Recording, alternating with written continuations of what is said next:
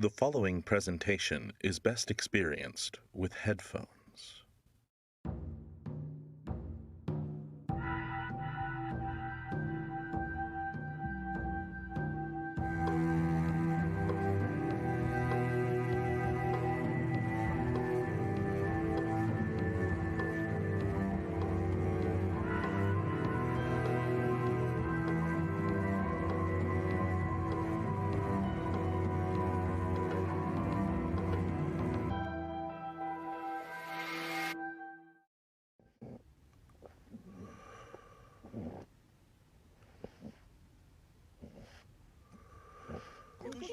Softly down on the feast of Stevens, when the snow lay round about, deep and crisp and even. Brightly shone the moon that night, though the frost was cruel, when a poor man came in sight, gathering winter fuel.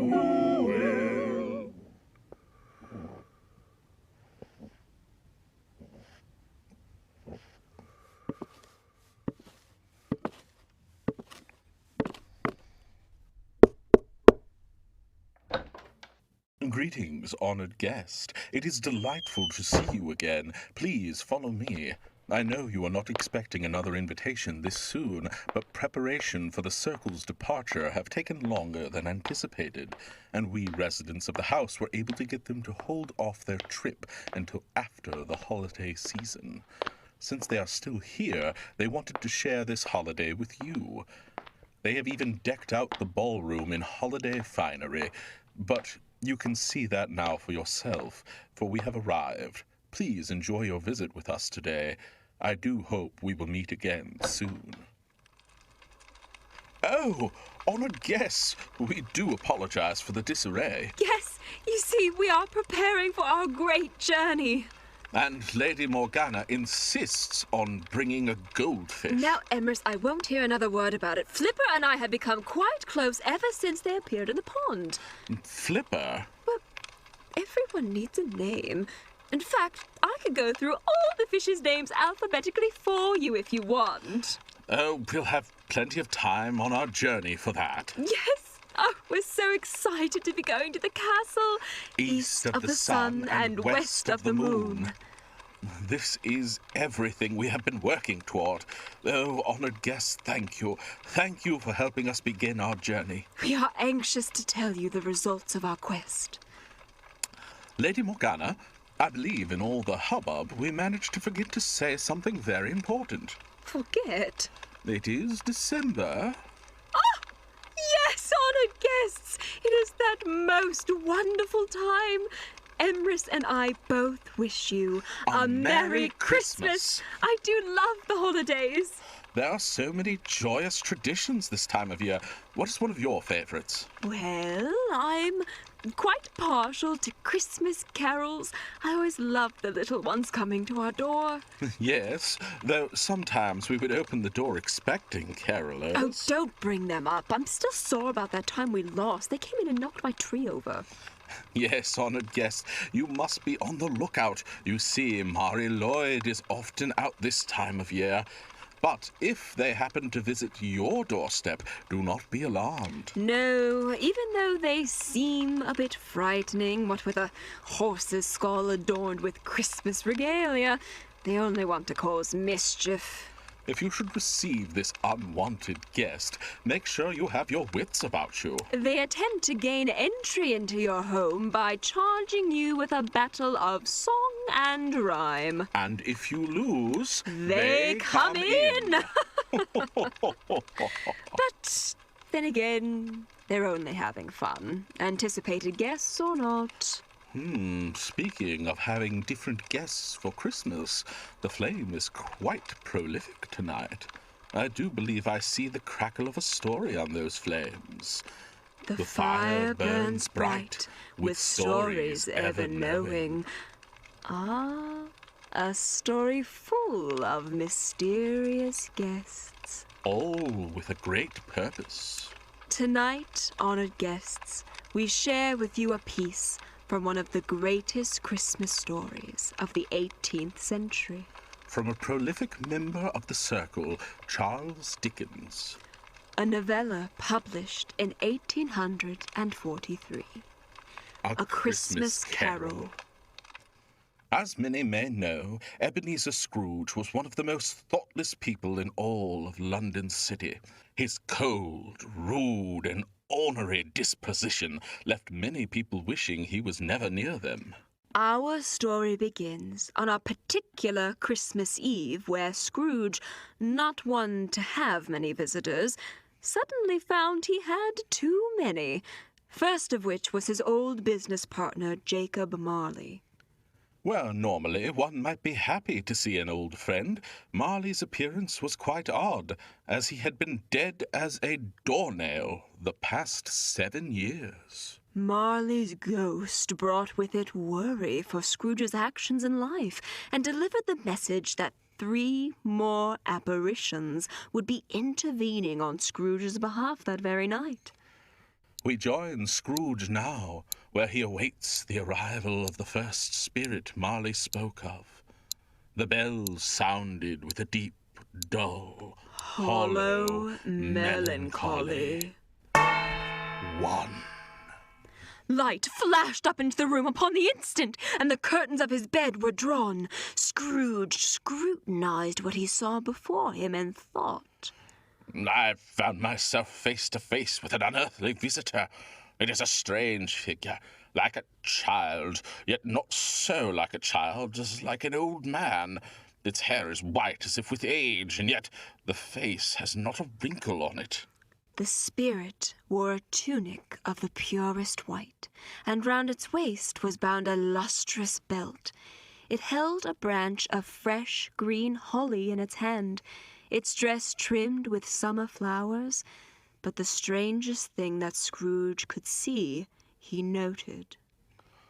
From the crown of its head there is a bright, clear jet of light, and it has a great extinguisher for a cap, which it now holds under its arm.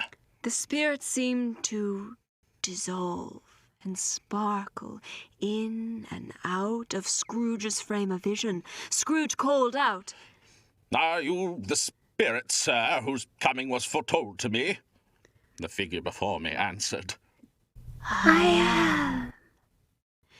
Scrooge and the figure continued to converse in this strange way, one being corporeal, the other disembodied.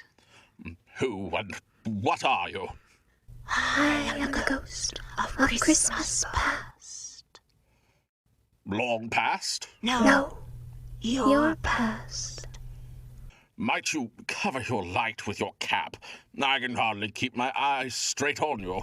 What would you so soon put out with worldly hands the light I give? It is not enough that you are one of those whose passions made this cap and forced me through the trains of years to wear it low upon my brow. Yes, Spirit, I take back my request. What is your business here? Your welfare. Rise and walk with me. Scrooge was clad but lightly in his slippers, dressing gown, and nightcap, and finding that the spirit made towards the window, clasped his robe in supplication. He protested with the spirit. I am mortal and liable to fall. Bear but a touch of my hand, and you shall be upheld in more than this. As the words were spoken, they passed through the wall and stood upon an open country road with fields on either hand. It was a clear, cold winter day with snow fresh upon the ground. Scrooge exclaimed, Good heaven, I was bred in this place. I was a boy here.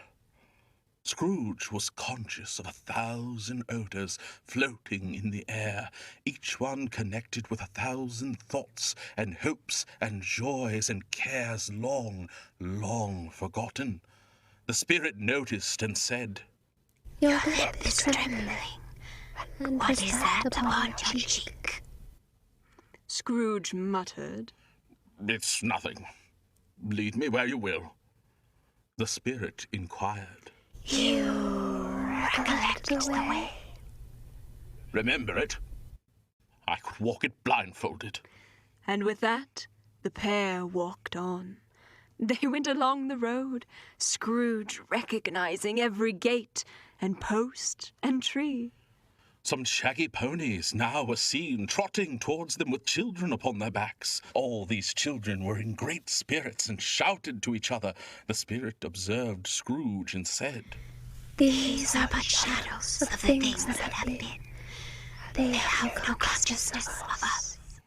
The jocund travellers came on, and as they came, Scrooge knew and named them every one. Why did his cold eye glisten, and his heart leap up as they went past?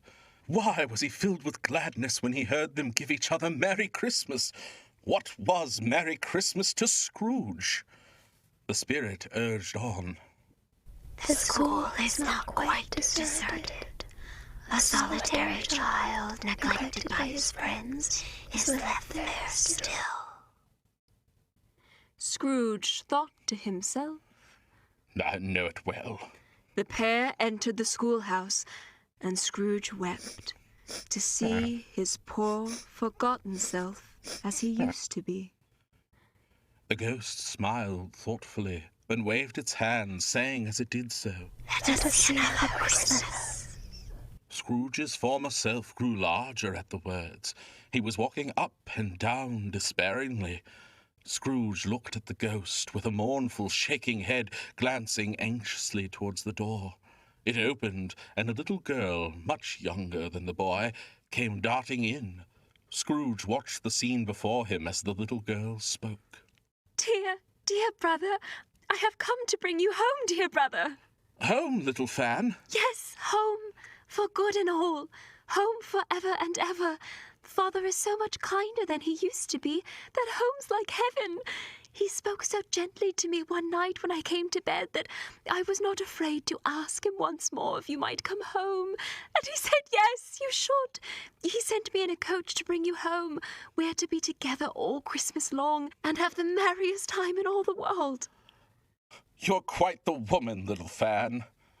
As little Fan pulled Scrooge out the door, the spirit remarked, Always a delicate creature, whom a breath might have withered, but she had a large heart.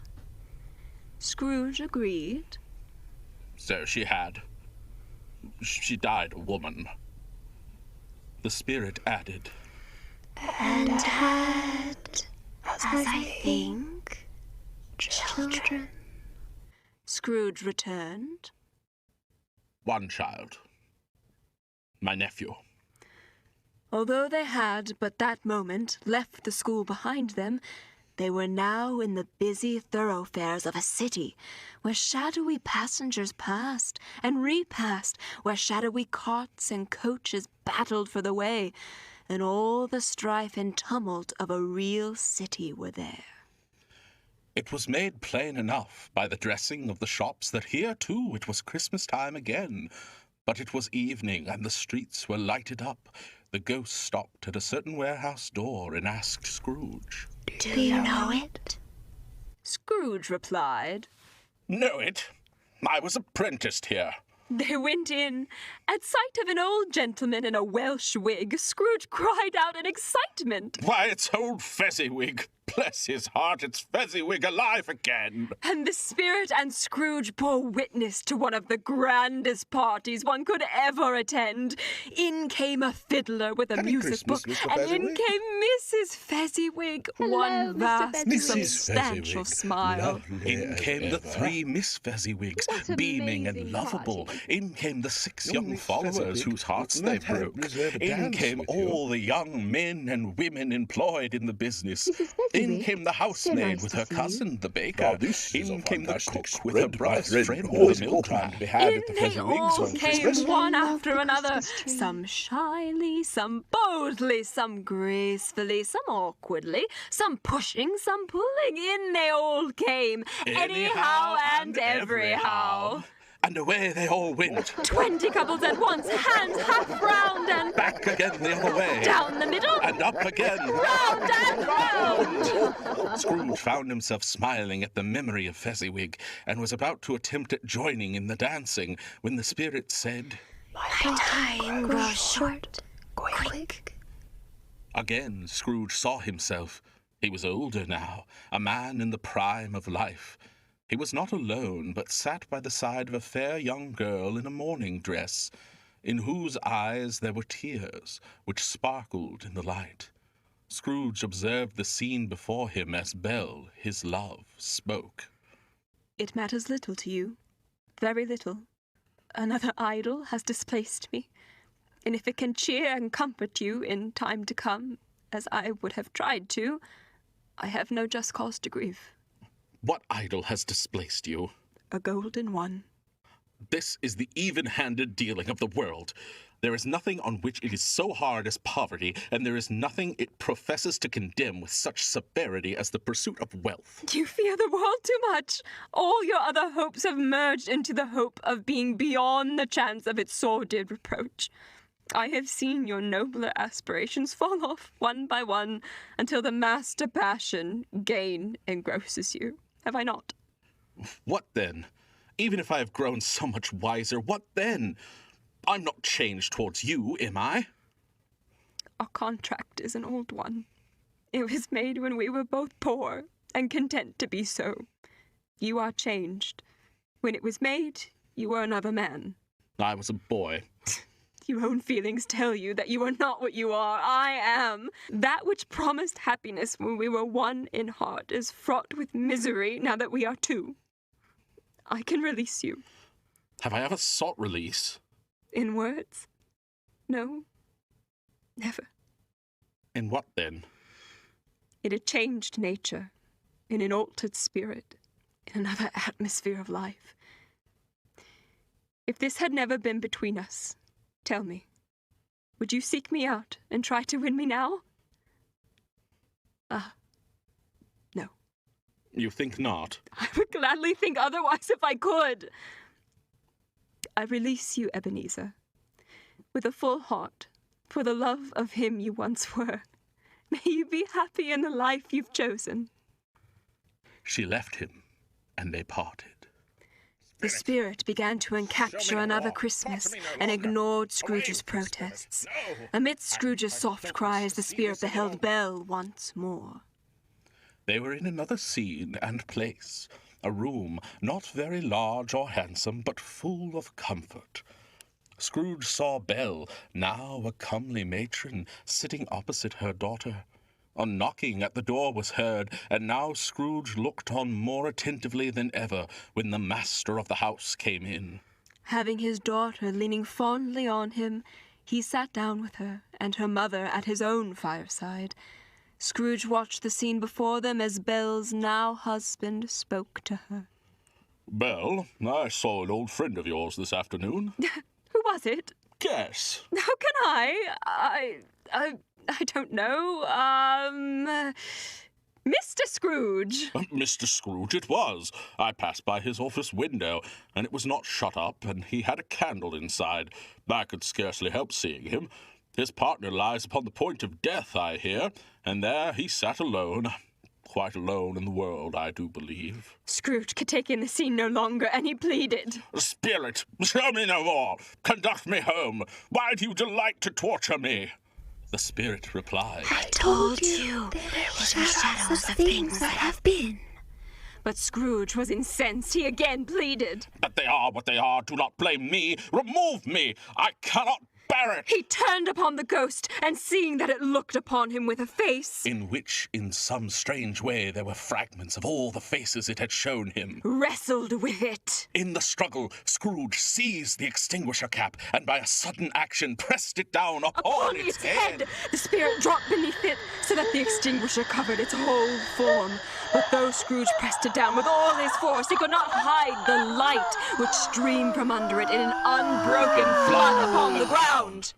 Scrooge held fast to the cap, eyes shut tight, when suddenly he was aware of his surroundings. The spirit, in its forced departure, had transported him back to his bedroom. Scrooge was conscious of being exhausted. He gave the cap a parting squeeze, in which his hand relaxed, and had barely time to reel to bed before he sank into a deep, heavy sleep. The clock struck again. The end. as Ebenezer goes forth on his journey with 2 other spirits that night, so we go forth on ours. But not with spirits, with the winds. And Flipper. How could I forget? For now, honored guests, we must say goodbye. Yes, my friend, I do believe I see the crackle of a story on those flames, but for next time, the fire burns low, with stories ever glowing. Yes, dear honored guests, the winds are coming together to help transport us. And we'll be here soon. We wish you happiness this year. We will see you soon. And happy holidays. Honored guests, come, follow me. You must make it home for your own holiday celebrations. Oh, wait. Make sure to admire the tree Lady Morgana put up. You must go. Maybe I could come visit you. I'll bring cookies. Oh, no. Goodbye. Oh, but do come back. Hearing the circle's stories brings me to life. Merry Christmas. You have been listening to The House of Branching Paths, a theatrical podcast experience created by Mark Kilmer and Caroline Miller. For more of our content, join us on our Patreon at patreon.com/The House of Branching Paths. For links to all of our social media and to find a comprehensive list of contributors, please follow our link tree below. And for more stories like this and beyond, be sure to visit your local library. Thank you for joining us, honored guests, and remember, the fire may burn low, but the stories are ever glowing.